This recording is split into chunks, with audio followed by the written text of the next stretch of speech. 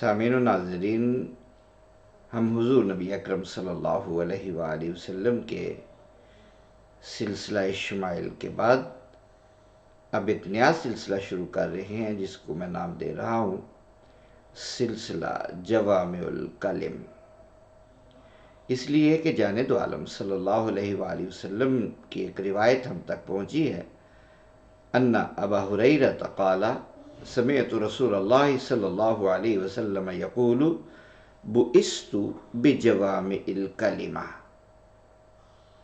ونصرت بالرعب وبین انا نائم اتیت بمفاتیح خزائن الارض فوضعت فی ایدی، جس کا ترجمہ یہ ہے، حضرت ابو ہریرہ رضی اللہ تعالی عنہ نے بیان کیا کہ میں نے رسول اللہ صلی اللہ علیہ وآلہ وسلم سے سنا، آپ نے فرمایا کہ میں جوامع الکلم کے ساتھ مبعوث کیا گیا ہوں اور میری مدد رعب کے ذریعے کی گئی ہے، اور میں سویا ہوا تھا کہ زمین کے خزانوں کی کنجیاں میرے پاس لائی گئی اور میرے ہاتھ میں انہیں رکھ دیا گیا۔ یہ صحیح بخاری شریف کی حدیث نمبر 7013 ہے۔ تو اس میں جو لفظ آپ نے استعمال کیا ہے وہ ہے جوامع الکلم۔ زبان کی فصاحت اور قول کی بلاغت کے اعتبار سے جانے دو عالم صلی اللہ علیہ وسلم کی ذات مبارکہ سب سے فائق ہے۔ جانے دو عالم صلی اللہ علیہ وآلہ وسلم کا کلام انتہائی شستہ و رواں، موقع و محل پر کامل منطبق، نہایت مختصر و بامقصد، بہت نکھرا ہوا اور اجلا، معانی کی صحت پر محیط اور تکلف سے یکسر خالی تھا۔ اس کی بنیادی وجہ یہی ہے کہ انہیں جامعیت بھرے کلمات سے نوازا گیا تھا۔ سامعین و ناظرین، انتہائی لطف یہ کہ ان کلمات کی خصوصیت یہ تھی کہ ان سے حکمتیں پھوٹ پھوٹ کر باہر آتی تھی۔ ویسے تو جانے دو عالم صلی اللہ علیہ وآلہ وسلم کے کلام کا ایک ایک لفظ جامعیت اور وضاحت پر مشتمل ہے، مگر ان کی زبان اقدس سے کچھ کلمات کو کچھ لوگوں نے جوامع الکلم قرار دیا ہے۔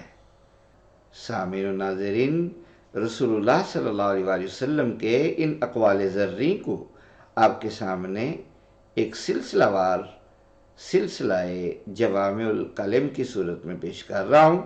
امید ہے کہ اللہ رب العزت انہیں قبول فرمائے گا اور جانے دو عالم صلی اللہ علیہ وآلہ وسلم بھی اسے پسند فرمائیں گے، اور اگر اللہ اور اس کے رسول صلی اللہ علیہ وآلہ وسلم نے انہیں پسند فرما لیا تو عوام اور خاص تو پسند کرتے ہی رہیں گے۔ پہلا، ان عمر بن الخطاب رضی اللہ تعالی عنہ قال قال رسول اللہ صلی اللہ تعالی علیہ وسلم انما الاعمال بالنیات وانما لکل امرئ ما نوی۔ امیر المومنین حضرت عمر بن خطاب رضی اللہ تعالی عنہ سے روایت ہے کہ رسول اللہ صلی اللہ علیہ وآلہ وسلم نے ارشاد فرمایا، اعمال کے ثواب کا مدار نیت پر ہے اور ہر شخص کو اس کی نیت کے مطابق ہی اجر ملتا ہے۔ اس حدیث پاک کے مکمل متن اور حوالہ جات میں ڈسکرپشن میں لگا رہا ہوں، امید ہے کہ آپ وہاں سے ملاحظہ فرما لیں گے۔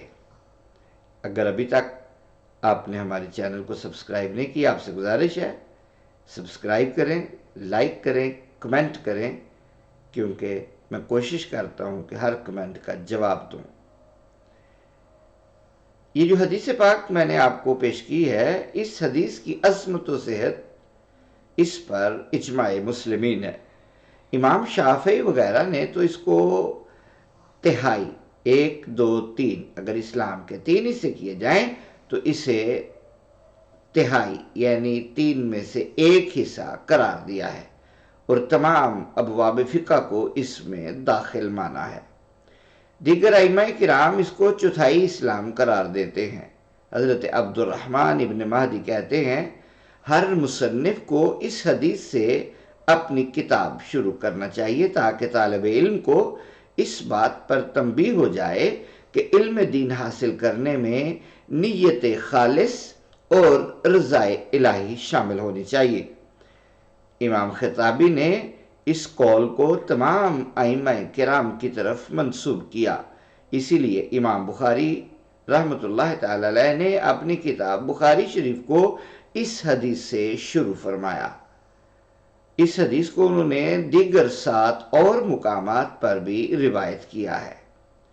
حفاظ حدیث فرماتے ہیں یہ حدیث امیر المومنین حضرت عمر فاروق رضی اللہ تعالی عنہ سے حضرت یحییٰ بن سعید انصاری تک خبر واحد بطور صحیح ہے، یعنی حضرت فاروق اعظم سے صرف حضرت علقمہ بن وقاص تابعی نے اور ان سے فقط محمد ابن ابراہیم تیمی تابعی نے اور ان سے یحییٰ بن سعید انصاری تابعی رضی اللہ تعالی عنہم نے ہی روایت کیا ہے۔ ہاں، حضرت یحییٰ کے بعد اس کی سندیں بڑی کثیر ہو گئی ہیں کہ صرف ان سے روایت کرنے والوں کی تعداد 200 سے زائد بتائی جاتی ہے۔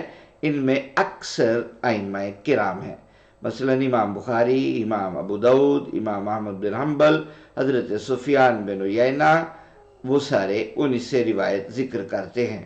اس کے بعد اس حدیث کی سندیں ائمہ حدیث کے نزدیک 700 تک شمار کی گئی ہیں۔ بہرحال یہ حدیث مشہور ہے، صحیح ہے، لیکن متواتر نہیں۔ ابتدائے سند میں وہ شرائط نہیں پائی جاتی، باقی اللہ رب العزت بہتر جانتا ہے۔ السلام علیکم ورحمۃ اللہ وبرکاتہ۔